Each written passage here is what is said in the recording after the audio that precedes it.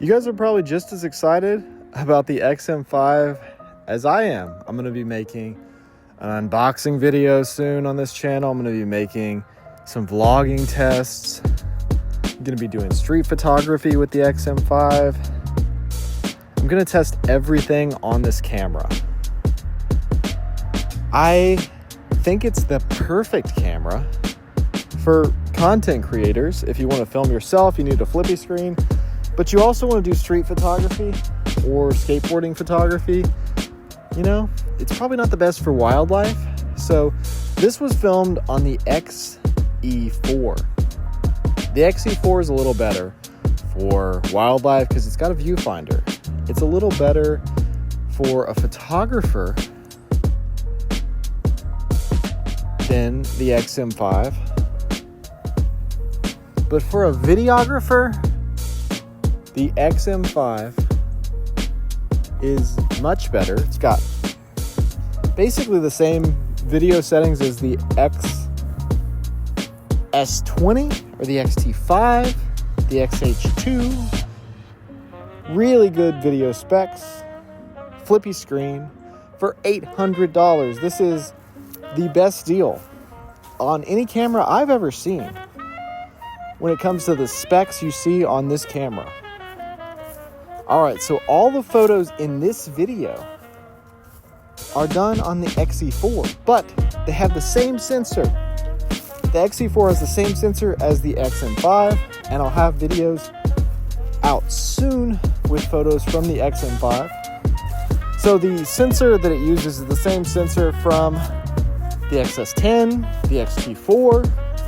You guys know that's an X-Trans sensor, 24 megapixels. I'd rather have that than the 40 megapixel sensor on the XT5 or the XS20. No, the XS20. The XS20 has the same sensor as the XT4. You know, the XH2 has that 40 megapixel sensor, but I don't need 40 megapixels. For me, I'm posting a lot on Instagram, on YouTube, so I'm not printing billboards, so I don't want a 40 megapixel sensor. So for me, I don't see anything wrong with the XM5. The only thing you could see if you were a photographer first is there's no viewfinder. And some people really like using a viewfinder. I like the flippy screen because you can see yourself when you're filming yourself. Also, you can protect that screen. When you're storing the camera, you can protect the screen. Just flip it around, throw it in your bag. I think a flippy screen is kind of a must on a camera these days, a hybrid camera that you're using for YouTube videos. Another thing people are gonna like, makeup vloggers and stuff are gonna like, you've got that beauty filter mode like you have on the ZV-E10. We've got that on the XM5, on a Fuji camera in video. I think this might be the first Fuji camera to have that. I don't think I've ever used that on a Fuji camera. I think maybe some of the XA cameras had it, but it didn't work very good. Hopefully they'll improve it and you'll actually see a usable beauty mode, or whatever you call it, portrait mode. I think it's got an interesting vlog menu. You can put it in vlog, and in that vlog menu you have all the things you're going to need for the vlog. You know, all the settings you're going to need for that type of video, because vlogging is different. Vlogging is different than regular video. So also the settings in the vlog mode are separate from the regular video mode. That's useful because your settings for vlogging might be different than your settings for video. So for video, maybe I want to keep it in slow motion. Maybe I want to, since there's no image stabilization, maybe when I flip over to video, I'm getting little short clips in slow-mo or something. And then I flip it back to the vlog mode, and I'm not worried about having to go change that setting. Because sometimes you'll film a vlog and you filmed it in slow motion with no audio on some cameras, like the ZV-E10. from Sony. Sometimes I'll have that set in slow-mo, and I'll film some talking segment, and then I'll go back to watch it. I was like, oh, there's no audio in this. So you don't have to worry about that, because I like having those separate settings, especially for photo and video. Because for photo, I want my settings totally different than they're going to be for video. For video, you know, you're going to have double the shutter speed, double the frame rate on your shutter speed. You know, you're not going to have some ridiculously high shutter speed like you might in photo if you're taking pictures of skateboarding, but then you flip over to do some vlogging. You know, it's great to have those separate settings. I like the mic placement. That you have a headphone jack and a microphone jack on the XM5.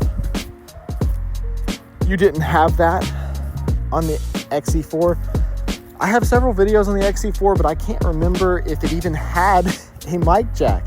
I think it might have had that adapter for the mic jack because it's a smaller camera. Now, look, I like the XE4 a lot. It was small, pocketable. I take it to the skate park, takes these types of photos, and it was almost pocketable. But the XM5 is even smaller. Now, you don't have that viewfinder, so that could be an issue for you. But you get those Fuji colors and the new film simulations. Reala Ace, Nostalgic Neg. You didn't get either of those on the XE4. These, I think I use Classic Chrome or Pro Negative Standard or Pro Negative High on these skateboarding photos, but Fuji does the best skateboard photos of any camera I've used. I've used R5s, I've used A1s, A7 I've used all kinds of different cameras. I've used 5D Mark IIIs, 5D Mark IVs. I like Fuji cameras for skateboarding photos better than any other camera for that sort of thing. What do you guys think about these photos and the colors? I like that I don't have to edit them because I'm not very good at editing photos. And I don't like doing it. I like the JPEGs, okay? I like the Fuji film simulations. I like Ricoh film simulations. My favorite so far from the XE5 and the XS20 have been the Nostalgic Negative. So I'm excited to test out the Reala Ace because I don't think I've ever used the Reala Ace. I have several videos on here using Nostalgic Neg on the XS20 and the XT5. So check those out. Scroll through the channel. Check out my other videos. I have several videos on the XE4 and the XT4. But I test out every camera, not just Fuji, not just Sony. I've probably used Sony or Canon the most. But Fuji, going forward, might be my main system because of this XM5. I'm really excited about it.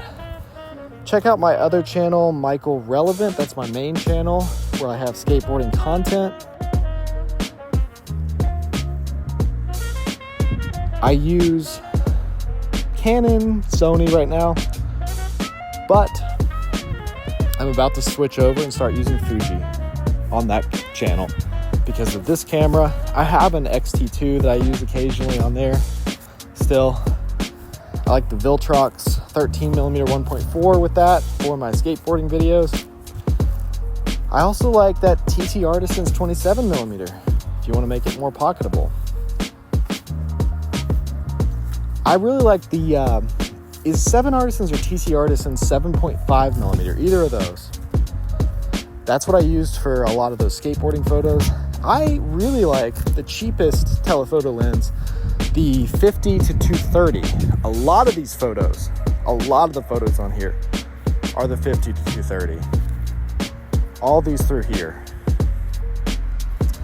So, yeah, what do you guys think of the images in this? This is the same sensor you'd see on the XM5, but these are the XE4. 24 megapixel X-Trans sensor. Great dynamic range.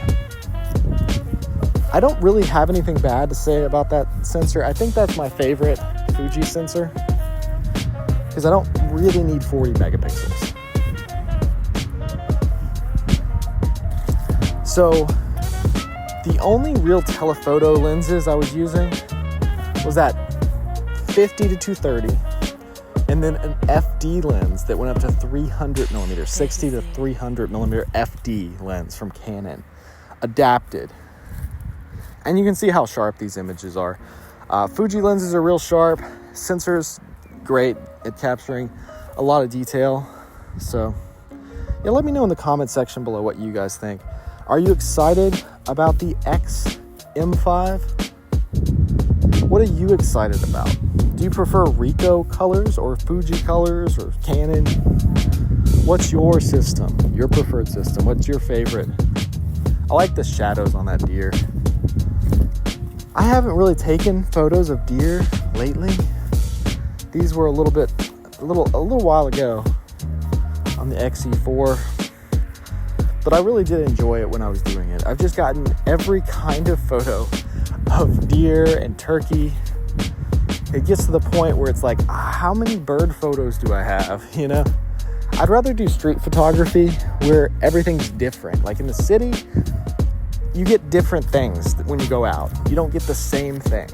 If animals behaved like humans, first of all, we'd be in a lot of trouble. But second, you might get some more interesting photos. Let's say a deer and a giraffe get into an argument about coffee, you know? Or an elephant's pushing its baby in a stroller and a lion gets in the way. And the elephant goes all Karen on the lion, you know? That would be an interesting situation. What do you guys think? How many photos do I have in this video? I'm doing the voiceover later. I've been doing this on my skateboarding channel too, where it's just one take. You make the whole audio in one take. It works really well for videos like this. It's more honest. So what I care about is being honest, being genuine, being real. I've never made a video that was scripted. I've never thought about what I was gonna do before I made the video. I just turn the camera on and start talking. In every video. Right now I'm walking in a field of leaves. You can hear them crunching below my feet. Not the best place for audio, but it's authentic and it's real. You have to always be honest with people. And sometimes keeping secrets or keeping something, not telling the full truth, is still not totally transparent and totally honest. You have to be totally transparent with your audience, with your friends, with your spouse. Always be transparent. And this video is almost over. I know there's some duplicate photos in here. I guess I pulled some from Snapseed as well, but hope you guys enjoyed this. Scroll through my channel, check out my other videos, and hit the subscribe button because I got a lot more videos to come. Thank you for watching. If you made it to the end, I really appreciate you.